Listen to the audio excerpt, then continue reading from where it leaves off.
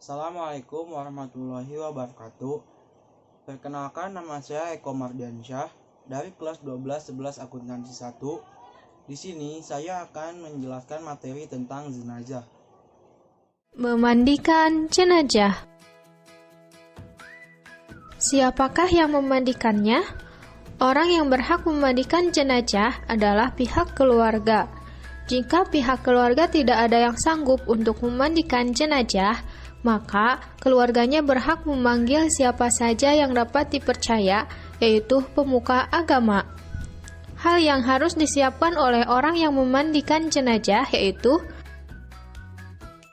masker, sarung tangan, celemek, dan sepatu boot. Menyiapkan air dan daun bidara atau sabun di dalam bejana.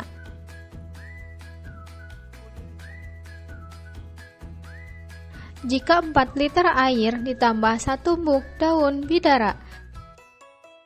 Jika 8 liter air ditambah 2 mug daun bidara. Jika 12 liter air ditambah 3 mug daun bidara. Jika 15 liter air ditambah 4 mug daun bidara. Jika 20 liter air ditambah 5 mug daun bidara. Menyiapkan kapur barus dan air. Kapur barus batangan, jika 4 liter air ditambah 2 batang kapur barus. Jika 8 liter air ditambah 4 batang kapur barus. Jika 12 liter air ditambah 6 batang kapur barus. Jika 16 liter air ditambah 8 batang kapur barus. Jika 20 liter air ditambah 10 batang kapur barus. Petugas yang memandikan jenazah harus menggunakan masker. Gunanya untuk menghindari bau yang tidak enak dan menghindari penyakit tertular. Sarung tangan. Gunanya supaya tidak tertular penyakit dari jenazah. Sepatu boot dan celemek. Persiapan sebelum memandikan jenazah. Tutup jenazah menggunakan kain. Jenazah dibawa ke tempat yang tertutup.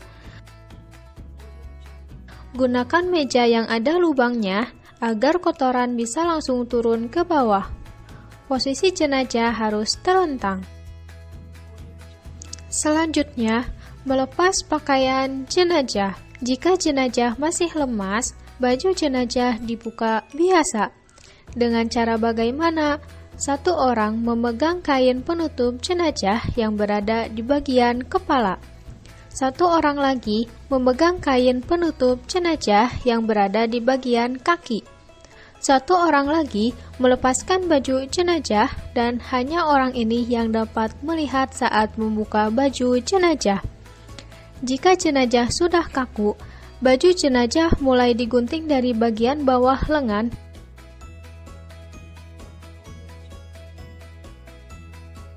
kemudian dari kaki bagian bawah. Selanjutnya, siapkan air untuk proses memandikan jenazah. Berikut ini air yang sudah dicampur dengan daun bidara dan air yang sudah dicampur dengan kapur barus. Petugas yang memandikan jenazah berjumlah 4 orang. 2 orang bertugas memegang penutup jenazah dan 2 orang bertugas memandikan jenazah. Dalam memandikan jenazah, bersihkan kotoran jenazah terlebih dahulu. Pertama, membersihkan lubang-lubang di bagian kepala. Membersihkan mata, telinga, dan hidung. Kedua, membersihkan kotoran perut dari dada sampai dengan perut bagian bawah dengan cara ditekan secara perlahan. Ketiga, membersihkan bagian dubur menggunakan handuk waslap. Selanjutnya, mewudukan jenazah. Pertama, membasuh bagian wajah.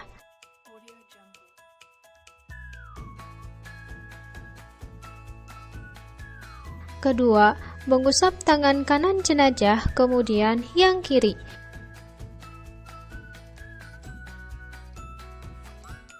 Ketiga, mengusap kepala jenazah. Keempat, membasuh kedua kaki kanan dan kiri. Selanjutnya, memandikan jenazah.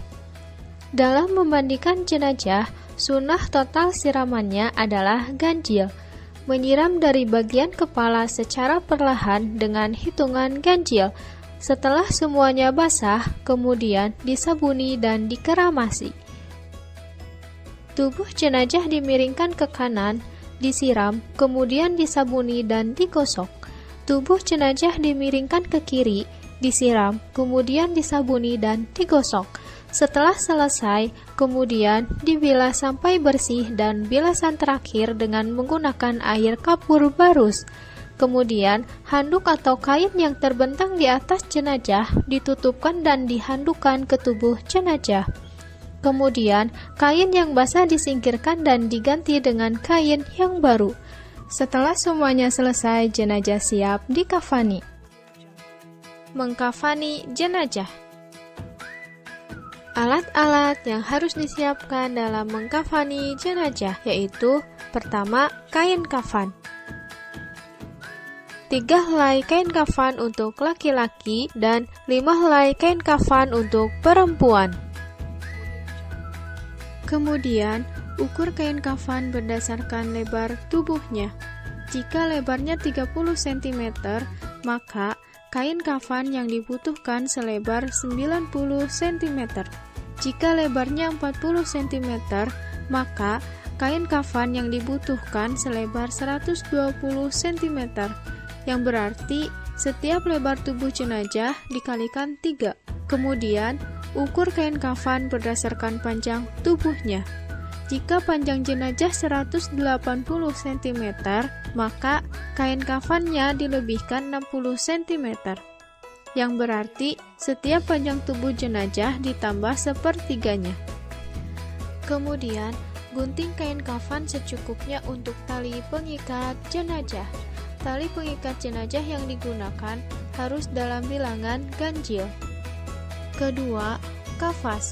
Kafas digunakan untuk menutupi lubang yang terdapat pada jenazah seperti lubang hidung dan telinga. Ketiga, minyak wangi cendana. Minyak wangi ini digunakan untuk memberi wewangian pada jenazah. Keempat, meteran. Meteran digunakan untuk mengukur tubuh jenazah. Kelima, siapkan perlengkapan jenazah. Bagi laki-laki, siapkan baju, pengikat kepala, dan cawat. Begitupun dengan perempuan, siapkan baju, kerudung, dan cawat. Cawat digunakan untuk menutupi kemaluan jenazah. Keenam, kapur barus. Hal yang harus dilakukan dalam mengkafani jenazah yaitu: pertama, mengoleskan minyak wangi cendana dan kapur barus pada kain kafan dan tubuh jenazah yang bersentuhan langsung dengan jasad. Kedua, siapkan kain kafan dan tali pengikat jenazah. Kemudian, letakkan tali pengikat jenazah di bawah kain kafan. Selanjutnya, pindahkan jenazah ke atas kain kafan. Ketiga, diberi kapas pada lubang telinga dan lubang hidung jenazah. Keempat, pakaikan perlengkapan pada jenazah laki-laki seperti baju, pengikat kepala, dan cawat. Begitupun pada jenazah perempuan, pakaikan perlengkapan baju, kerudung, dan cawat. Kemudian, tarik kain kafan sebelah kiri, diikuti dengan ujung kain kafan sebelah kanan jenazah. Setelah itu, ikat dengan tali simpul yang bisa dibuka. Maka, jenazah selesai dikafani dan siap disolatkan. Saya akan menjelaskan tata cara sholat jenazah. Agama Islam mengatur adab dalam berbagai aspek kehidupan, bahkan dalam hal memperlakukan jenazah. Seperti yang kita ketahui, dalam agama Islam, jenazah terlebih dahulu harus dimandikan, dikafani, kemudian disolatkan. Inna lillahi wa inna ilaihi rojiun. Teman-teman, saudara kita ada yang berpulang ke rahmatullah. Yuk kita sama ikut ke masjid untuk menunaikan sholat jenazah. Nah, bagi yang belum tahu, sekalian yuk sama-sama belajar. Hukum sholat jenazah adalah fardu kifayah, di mana yaitu wajib bagi sebagian golongan. Adapun sunah-sunahnya, pertama, mengangkat tangan pada setiap takbir. Kedua, merendahkan suara bacaan. Ketiga, membaca ta'awudz. Keempat, disunahkan untuk memperbanyak makmum. Yang kelima, dianjurkan untuk memperbanyak saf. Perlu diperhatikan tentang posisi imam di hadapan jenazah. Posisi imam sejajar dengan kepala jenazah jika jenazah itu laki-laki. Sedangkan posisi imam sejajar dengan perut jenazah jika jenazah itu perempuan. Salat jenazah diawali dengan niat. Berikut niat salat jenazah. Usolli ala hadzal mayyiti arba'a takbiratin fardu kifayatin ma'muman lillahi ta'ala. Salat jenazah itu dilakukan 4 kali takbir ya. Takbir pertama, Allahu Akbar. Setelah itu membaca surat Al-Fatihah. Jangan lupa mulailah dengan bacaan ta'awudz. A'udzu billahi minasyaitonir rajim. Bismillahirrahmanirrahim. Alhamdulillahi rabbil alamin. Arrahmanirrahim. Maliki yaumiddin. Iyyaka na'budu wa iyyaka nasta'in. Ihdinas siratal mustaqim. Siratal ladzina an'amta 'alaihim ghairil maghdubi 'alaihim waladdallin. Kemudian di takbir kedua kita membaca sholawat Nabi. Allahumma sholli ala sayyidina Muhammad wa ala ali sayyidina Muhammad. Takbir ketiga, doa untuk jenazah. Jika jenazah laki-laki, maka doanya Allahumma ighfir lahu warhamhu wa'afihi wa'fu anhu. Jika jenazah perempuan, Allahumma ighfir laha warhamha wa'afiha wa'fu anha. Takbir keempat, doa untuk jenazah. Jika jenazah laki-laki, maka membaca Allahumma la tahrimna ajrahu wa la taftinna ba'dahu waghfir lana walahu. Jika jenazah perempuan membaca Allahumma la tahrimna ajraha wa la taftinna ba'daha waghfir lana walaha. Lalu diakhiri dengan salam. Seperti itulah penjelasan singkat tentang tata cara sholat jenazah. Semoga bermanfaat. Sekian dan terima kasih. Wassalamualaikum warahmatullahi wabarakatuh. Menguburkan jenazah. Hal yang harus dilakukan dalam menguburkan jenazah yaitu menggali lubang lahat. Lubang untuk menguburkan jenazah dikenal ada 2 macam, yakni lahat dan syak. Panjang galian dari permukaan tanah berukuran 200 cm. Lubang yang ada di video ini adalah lubang lahat. Dengan keterangan A. Tinggi galian 130 cm. B. Tinggi liang lahat dari dasar galian 55 cm. C. Lebar liang lahat dalam dan luar 25 cm. Dan D. Lebar liang lahat 75 cm. Selanjutnya, membawa jenazah ke kubur dari arah posisi kaki jenazah. Turunkan secara perlahan dengan membaca Bismillahi wa ala sunnati Rasul. Jenazah dimasukkan ke dalam liang lahat. Tausiah bisa disampaikan pada saat dimasukkan ke dalam lubang lahat atau setelah dikuburkan. Meletakkan posisi jenazah di dalam kubur dengan posisi berbaring ke arah kiblat.